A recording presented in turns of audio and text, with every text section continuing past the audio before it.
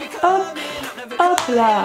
1, 2, 3, c'est parti. Bonjour et tous, ici Marrakech. Bon les gars, quand j'étais à Marrakech, je vous ai posé une question en Insta Story en vous demandant de me raconter vos histoires les plus gênantes en DM. Bien entendu, vos histoires sont anonymes, je ne dirai pas vos pseudos, même sous la torture, je ne dirai pas vos pseudos.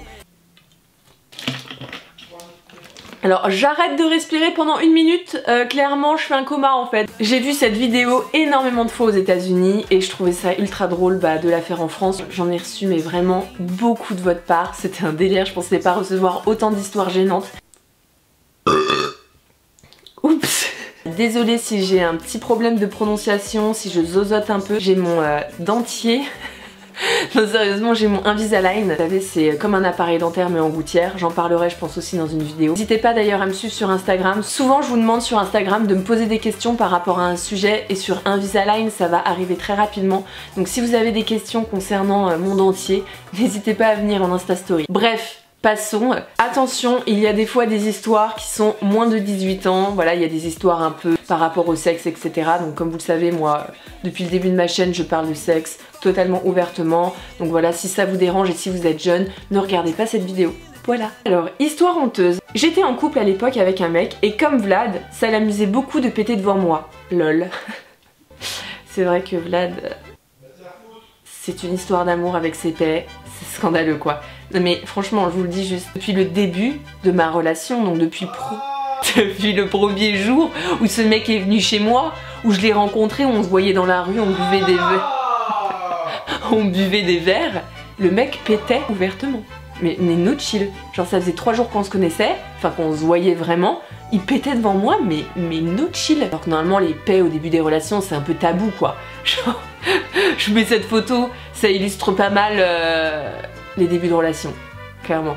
Bref, et comme Vlad ça l'amusait beaucoup de péter devant moi. Un jour on se réveille, il faisait sombre dans la chambre, il était tout nu et se met à 4 pattes pour péter tel un abruti. Il pète et là j'entends oh merde. Et là je vois son visage se décomposer. Je comprends pas ce qui se passe, il avait l'air en panique et là je comprends, il avait lâché un pet foireux contre un mur tout blanc, de la merde dégoulinée du mur jusqu'au drap.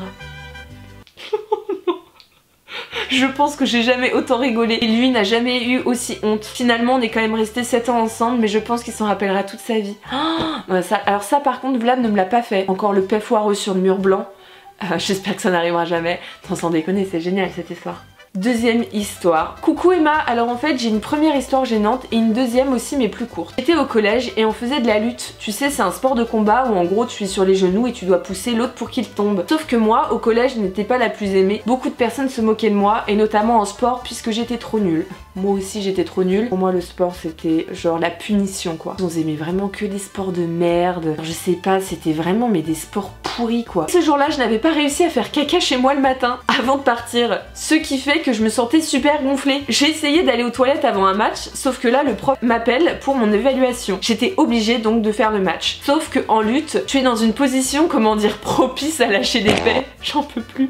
Mais tu arrives à te retenir quand tu n'es pas constipé de base. Et bien sûr, qu'est-ce qui arrive ? Alors qu'il y avait un gros blanc dans la salle et que le prof nous observait, je lâche un énorme pet qui fait que la fille qui se battait avec moi s'est carrément éloignée tellement ça puait. J'ai jamais eu autant honte de ma vie.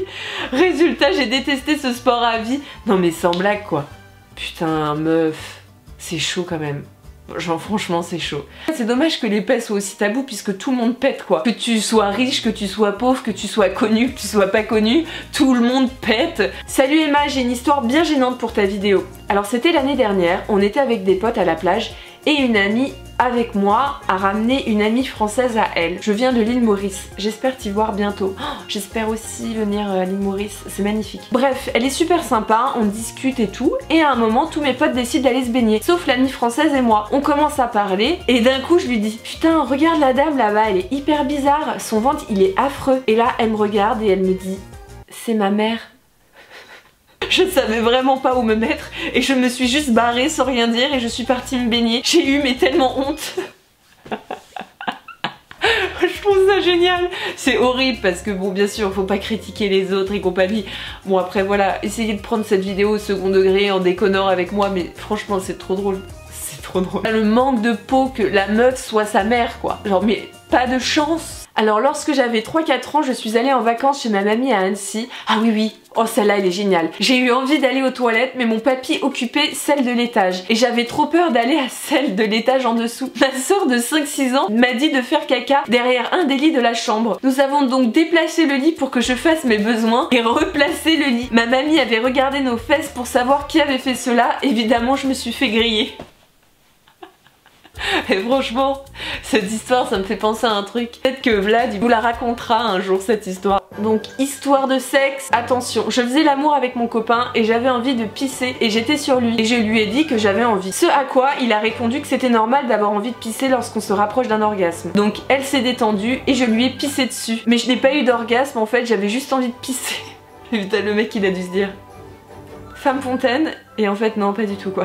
Ça c'est une amie qui m'a raconté ses histoires les plus gênantes, franchement il y en a des pas mal. C'est génial. Un soir d'été, avec un pote on était bourrés, on est rentré dans une université qui était en travaux. On a niqué dans un des couloirs, sauf qu'il y avait des grandes fenêtres. On était vraiment bourrés donc on n'a pas spécialement calculé. Bref, après on s'allonge, on s'endort. Meuf, tu t'es endormie dans une université en travaux, je pense la nuit, mais genre normal en fait, tout va bien. Bon, vous étiez bourrés, ça excuse des trucs. Bref, après on s'allonge, on s'endort, toujours à poil, et genre 10 minutes après, on se fait réveiller par des lumières, on voit des flics avec des gros chiens qui nous disent de nous lever. Toujours à moitié bourrés bien évidemment, ils nous ont embarqués et nous ont dit qu'ils avaient tout vu depuis le bâtiment d'en face et avaient attendu qu'on termine pour venir. Heureusement, c'était déjà assez honteux, ils nous ont laissé partir. Oh, putain, et en vrai c'est chaud parce que de faire l'amour dans des lieux publics c'est considéré comme de l'exhibition, je crois, l'exhibitionnisme. Et enfin c'est puni par la loi quoi. Alors ma première relation sexuelle avec un mec, j'avais 17 ans et mes parents n'étaient pas là du week-end. Donc j'avais invité mon copain de l'époque, c'était nul en plus de ça et cet imbécile a laissé la capote dans la poubelle de ma cuisine. Bon les premières fois c'est jamais ouf. Sincèrement qu'on se le dise. Le lendemain mes parents rentrent et la trouvent sans fouiller. Non non, elle était juste au-dessus à attendre que tout le monde la voie. Mon père qui vient et me sort « Alors tu t'es bien amusé ce week-end apparemment ?» La honte de ma vie, je savais plus où me mettre. Oh mon dieu, ça c'est vrai que c'est compliqué ça. Un jour, alors que j'étais avec mon copain, nous attendions la petite amie d'un ami qui était présent avec nous. Les minutes furent longues, presque 1 heure était passée, jusqu'au moment où une fille au loin se dirige vers nous. Mon copain, la trouvant moche, a dit « Mais mon dieu, quel mec se t'appresse-t-on ?» Et en fait, c'était la copine de mon pote. Malaise! Bon, je crois que j'étais floue depuis le début de la vidéo. Je suis désolée, je m'en excuse. Oupsie. J'étais dans l'acte avec mon copain et il y a sa mère qui est rentrée, MDR. Mais le pire, c'est qu'à ce moment-là, j'ai eu un paix vaginal. Bah ouais, parce que t'as dû tellement genre être choquée de voir sa mère que l'air est sorti quoi. Genre... Ma réaction. Alors ma petite histoire, je partais en vacances avec ma famille et j'avais trop envie de faire pipi sur le trajet. Donc obligée de demander à ma mère de s'arrêter dans un bois au bord de la route pour que j'aille faire pipi. Je descends donc, il y avait un petit chemin, je passe par là, j'arrive au bout, donc tu connais, je commence à faire pipi tranquillou dans la forêt. Et là j'entends quelqu'un qui gueule « C'est ça, vous avez raison, pissez dans ma propriété !» Mais genre il me disait ça, il avait mon cul en pleine face. Donc je commence à me relever et à courir. J'ai paniqué et la gonze qui me sort « Ouais c'est ça, partez en courant !» Mais grosse honte putain. Non mais j'en peux plus. Genre la meuf, elle voit quelqu'un qui pisse dans sa propriété, elle lui sort « C'est ça, vous avez raison, pissez dans ma propriété quoi !» Non mais j'en peux plus. Je trouve ça génial. Histoire vraiment gênante pour ma part. Une histoire qui me regarde et que j'ai appris par ma soeur il y a quelques mois. Apparemment j'étais petite 3-4 ans, ma mère et ma soeur étaient en bas pour faire à manger, mais moi en haut. Et quand j'étais petite je jouais toute seule. J'étais connue pour faire énormément de bruit et là je ne faisais aucun bruit. Ma mère était grave contente que je sois calme, mais ma soeur lui a dit que c'était pas normal. Bingo, aucun doute, j'étais dans ma chambre en train d'utiliser tous les suppositoires de la boîte. Le pire c'est que je les mettais au bon endroit. Combien? 5 ou 6? Ça c'est vrai que souvent j'ai remarqué les enfants, enfin les petits garçons, les petites filles, ils sont à un certain âge, je sais pas quel âge, ils sont vachement obsédés par leurs parties intimes. Mais c'est un délire quoi. Moi je me rappelle des fois je faisais du babysitting à l'époque et je gardais des petits garçons et je me rappelle il y avait un petit garçon qui m'avait montré son zizi. Son petit zizi, mais pas du tout genre sexuel ou quoi, mais genre il me montrait son zizi, il me disait t'as vu regarde c'est rigolo et tout, il tirait dessus. J'étais là en mode ah non range ton zizi, range-le, je veux pas voir ça, non. J'étais un peu horrifiée parce que j'avais peur qu'il le raconte à sa mère et que sa mère me dise que genre je suis une pédophile alors que non. Donc voilà mon anecdote gênante qui est très récente car elle date de 2-3 jours. Donc actuellement je suis en Australie. Oh putain, ça c'est l'histoire, mais je crois que c'est la mieux, c'est une histoire de pipi caca, mais c'est genre l'histoire mais la plus drôle que j'ai entendue. Donc actuellement je suis en Australie grâce à mon lycée et je fais un échange avec une élève australienne qui viendra en France. Donc je suis dans sa famille pendant 2 semaines. Je suis humaine donc mon corps a besoin de déféquer en moyenne tous les jours ou tous les 2 jours. Cependant les murs sont en carton et le plouf s'entend très bien. Tout le monde connaît la fameuse technique du papier toilette au fond des toilettes. C'est ce que je fais pour cacher le bruit. Alors ça c'est vrai, sauf que bah des fois c'est ce qui va se passer. Et donc c'était un après-midi, j'avais très mal au ventre et j'avais très envie de me soulager. Mais ma correspondante était là, ainsi que sa sœur et sa mère. Rien ne m'effraie, je fonce quand même aux toilettes et je mets le papier au fond. Je fais ma commission qui n'était vraiment pas très belle. Et comme j'avais très envie, il y a plusieurs fois où j'ai cru que c'était la fin mais ça ne l'était pas. Donc je mettais de plus en plus de papier toilette. Grave erreur. Très grave erreur. Lorsque j'ai enfin fini mon affaire, j'ai remarqué que j'avais mis beaucoup de papier toilette, mais je me suis dit c'est pas grave, t'en fais pas, ça va partir. Grosse erreur. Je tire la chasse d'eau une fois et rien ne part. Mais quand je dis rien, c'est genre rien. À un moment je me suis dit que j'allais arrêter de tirer la chasse d'eau car l'eau allait déborder de la cuvette. En plus je n'avais pas un très beau spectacle devant moi, un mélange de papier toilette et de merde. Je commence à paniquer et je me rends compte que j'ai bouché les chiottes. Ah bah là clairement hein, ouais. Welcome. Je panique de plus en plus et je cherche des solutions mais rien ne vient. Il faut savoir qu'il n'y avait pas de brosse à chiottes. Non mais qui n'a pas de brosse à chiottes quoi? Bah les Australiens on dirait. Donc je me dis, bon personne dans la cuisine, je vais prendre une cuillère pour pousser un peu le PQ pour qu'il parte plus vite. Putain, mon idée s'est avérée nulle, ça n'a rien fait à part me mettre un peu d'eau sur ma main et des sels sur la cuillère. Oh mon dieu, j'ai envie de mourir. Dans ma tête je me voyais déjà raconter à la mère ce qui s'était passé, mais bon je me repris en main et sortis des toilettes pour l'annoncer. Non mais attends, déjà le courage, on en parle ou pas? Le courage de dire j'ai bouché les chiottes parce que j'ai fait une énorme merde et j'ai mis beaucoup de papier toilette. Allez, démerde-toi maintenant, bye. Viens en France, ça va être super. Repris en main et sorti des toilettes pour l'annoncer à ma correspondante. Je sors et avec un peu de difficulté et de bégaiement, je lui annonce que j'ai bouché les toilettes. Heureusement, elle rigole doucement puis va voir sa mère. Elle me dit que sa mère irait voir dans 10 minutes car elle travaillait. Moi, toujours paniquée, je dis à ma corresse de ne pas aller voir car c'est vraiment horrible. Et là, elle a un peu moins rigolé, MDR. Ensuite, je me pose sur le canapé, je raconte mon anecdote à ma classe qui était pliée de rire.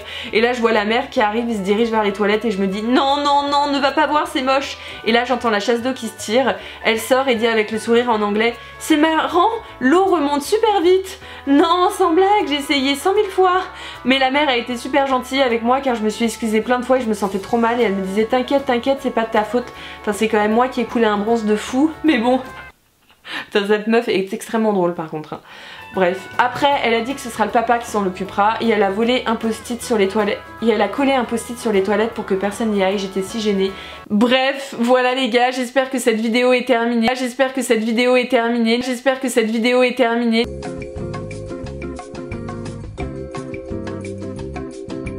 N'hésitez pas à me dire si vous voulez que je refasse une vidéo un peu dans ce même style. Bref, merci d'avoir regardé la vidéo, je vous fais plein de bisous. Et je vous dis à bientôt dans une prochaine vidéo. Bye!